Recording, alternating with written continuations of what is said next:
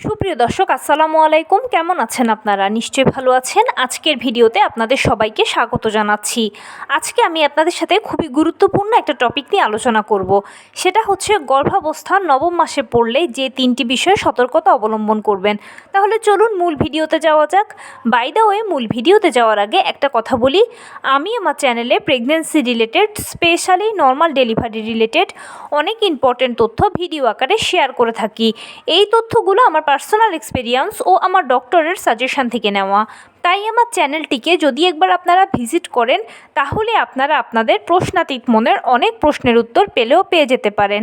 আমন্ত্রণ জানাবো আমার চ্যানেলটিকে একবার ভিজিট করে দেখার জন্য। এবারে চলুন মূল আলোচনায় যাওয়া যাক। আমি শুরুতেই বলেছি আজকে আলোচনা করব গর্ভাবস্থায় নবম মাসে পড়লেই যে 3টি বিষয়ে সতর্কতা অবলম্বন করবেন। দেখুন, আমরা সবাই জানি যে গর্ভাবস্থার নবম মাস মানে হচ্ছে ডেলিভারির কাউন্টডাউন শুরু হয়ে যাওয়া। নবম মাসে যে কোনো সময় ডেলিভারি হতে পারে, সেটা প্রথমেও হতে পারে, মাঝামাঝিতেও হতে পারে, শেষেও হতে পারে।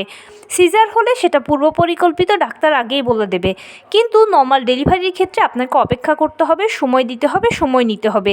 তো আপনার কি সিজার হবে না নর্মাল ডেলিভারি হবে, সেটা আপনি বুঝবেন কিভাবে? সেটা বোঝার সবচেয়ে সহজ উপায় হচ্ছে, আপনি যখন নবম মাস বা 36 সপ্তাহে পড়বেন, তখনই সর্বশেষ চেক আপটা করিয়ে ফেলবেন। সর্বশেষ চেক আপ করানোর পরে সেই রিপোর্টসে যদি দেখেন যে মা বাচ্চার সব কিছু ঠিকঠাক এসেছে, তাহলে ধরে নেবেন যে ডেলিভারিটা নর্মালে হবে।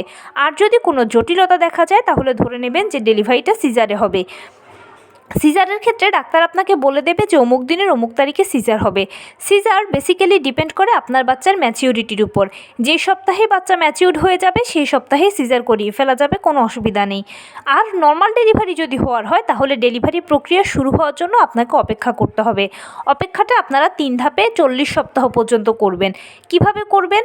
প্রথম কনসিভ করার পরে ডাক্তার আপনাকে যে ইডিডি বা এক্সপেক্টেড ডেলিভারি ডেটটা দেবে, সেই ডেট অনুযায়ী যদি আপনার ডেলিভারি হয়ে যায়, তাহলে তো ভালো কথা। আর যদি না হয়, তাহলে ডাক্তারের কাছে আবার যাবেন। গেলে আপনাকে ডাক্তার চেক আপ করে এক্সট্রা 7 দিন দেবে। সেই 7 দিনের ভিতরেও ডেলিভারি হলে ভালো, না হলে আবার ডাক্তারের কাছে যাবেন। গেলে ডাক্তার আপনাকে আবার চেক আপ করে এক্সট্রা 2 দিন, 3 দিন, 5 দিন সময় দেবে। এর মধ্যে যদি ডেলিভারি হয়ে যায়, তাহলে তো ভালো। আর যদি না হয় এবং 40 সপ্তাহ যদি পার করে ফেলেন, তাহলে অবশ্যই সিজারের প্রয়োজন আছে। কারণ 40 সপ্তাহের পরে গেলে মায়ের গর্ভে অক্সিজেনের পরিমাণ কমতে থাকে, পানির পরিমাণ কমতে থাকে। তাছাড়া বাচ্চারা একবার টয়লেট করে দিলে, সেই টয়লেট খেয়ে ফেললে তারা মারা যেতে পারে। এক কথায় 40 সপ্তাহের পরে বাচ্চার মৃত্যু ঝুঁকি থাকে, বিধায় 40 সপ্তাহের পরে গেলে সিজার করাতে হয়। আর নর্মাল ডেলিভারির ক্ষেত্রে সর্বোচ্চ অপেক্ষা হচ্ছে 40 সপ্তাহ পর্যন্ত। তবে ঘাবড়ানোর কিছু নেই। একটা নিশ্চিন্তের কথা হচ্ছে কি, নর্মাল ডেলিভারিগুলো 37 থেকে 40 সপ্তাহের মধ্যে অটোমেটিক হয়ে যায়। এটার জন্য বাড়তি কিছুই আপনাকে করতে হবে না। শুধুমাত্র নিয়মিত হাঁটাচলা করবেন, টুকটাক কায়িক শ্রম করবেন, লো কমেটটা ব্যবহার করবেন। আর সারাদিনে আপনি যা যেরকম খাবার খান না কেন, সকল ভিটামিন, মিনারেলস, ক্যালসিয়ামগুলো যেন ঘুরে ফিরে আপনার মধ্যে যায়, আপনার থেকে যেন বাচ্চা পায়, এতটুকু এনশিওর করবেন।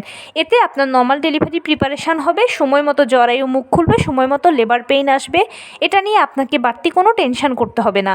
কারণ কি, যেহেতু নর্মাল ডেলিভারি একটা প্রাকৃতিক পদ্ধতি, তাই এটাকে হ্যান্ডেলও প্রাকৃতিকভাবে করতে হবে। নিয়মিত যদি আপনি হাঁটাচলা করার, টুকটাক কায়িক শ্রম করার উপর থাকেন, তাহলে আপনার বডিটা সবসময় একটা ব্যায়ামের উপরে থাকবে। আর যে বডিটা সবসময় একটা ব্যায়ামের উপরে থাকে, সেই বডিতে ইজিলি পেইন আসে, জরায়ু মুখ খুলে, এটার জন্য কিছুই করতে হয় না বাড়তি।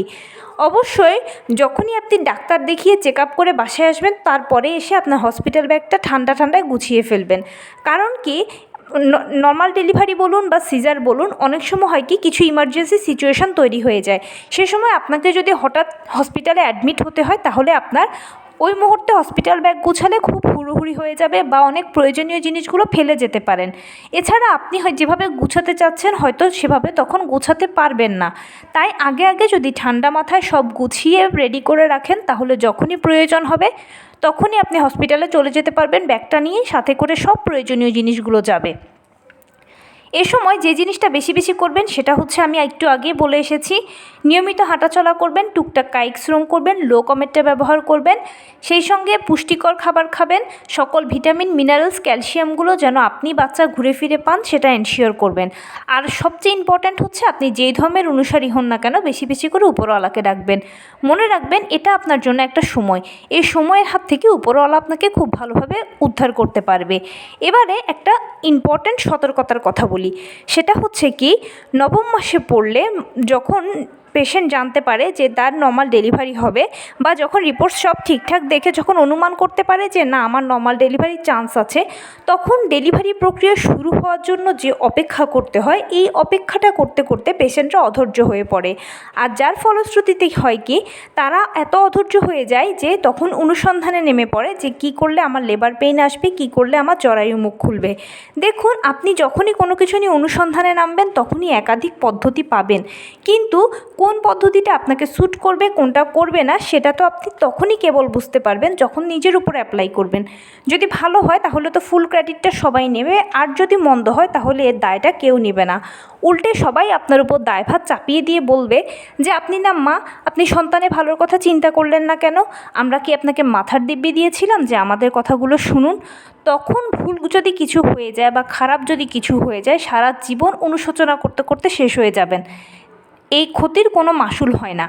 সেই জন্য অবশ্যই এই সময়গুলো ধৈর্য ধরে অপেক্ষা করবেন এবং যে কোনো টিপস টোটকা কৌশল যাই শুনেন না কেন সেটা শোনার পরে 100 বার চিন্তা করবেন যে এটা আপনার জন্য নিরাপদ কিনা, আপনার সন্তানের জন্য বিশেষ করে এটা নিরাপদ কিনা। নিরাপদ যদি মনে করেন তাহলে একেবারে নিজ দায়িত্বে অ্যাপ্লাই করবেন, আর যদি আপনি নিরাপদ মনে না করেন, মনের ভেতরে খচখচ করে, তাহলে একদম স্কিপ করে যান। নর্মাল ডেলিভারি একটা প্রাকৃতিক পদ্ধতি, আমি যেটা বারবার বলছি এটা অটোমেটিক হবে, কেউ এখানে কিছু করার প্রয়োজন হবে না, এটা প্রাকৃতিকভাবেই সম্পন্ন হবে। শুধু হাঁটাচলা করবেন, কায়িক শ্রম করবেন, পুষ্টিকর খাবার খাবেন, এতটুকুই হচ্ছে আপনার কাজ। তো এই সতর্কতাগুলো মানবেন এবং এই নিয়মগুলো মেনটেন করে যদি চলতে পারেন তাহলে ইনশাল্লাহ নর্মাল ডেলিভারিটা আপনার অনেক ইজিলি হবে, সময় মতোই পেইন আসবে, জরায়ু মুখ খুলবে, এটার জন্য আপনাকে কোনো বাড়তি টেনশন করতে হবে না। আর ডেলিভারি পরবর্তীতেও আপনি সুস্থ জীবনে ফিরে আসতে পারবেন।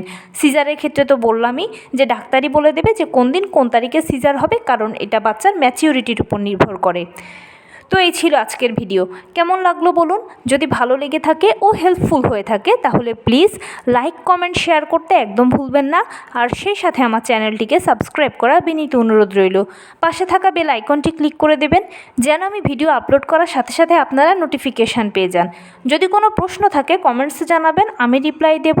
প্লাস যদি কোনো পরামর্শ থাকে যে কোন বিষয়ের উপরে ভিডিও বানালে আপনারা উপকৃত হবেন সেটাও জানাবেন, আমি আপনাদের পছন্দের সর্বোচ্চ প্রায়োরিটি দেব। ভালো থাকবেন, সুস্থ থাকবেন, আসসালামু আলাইকুম।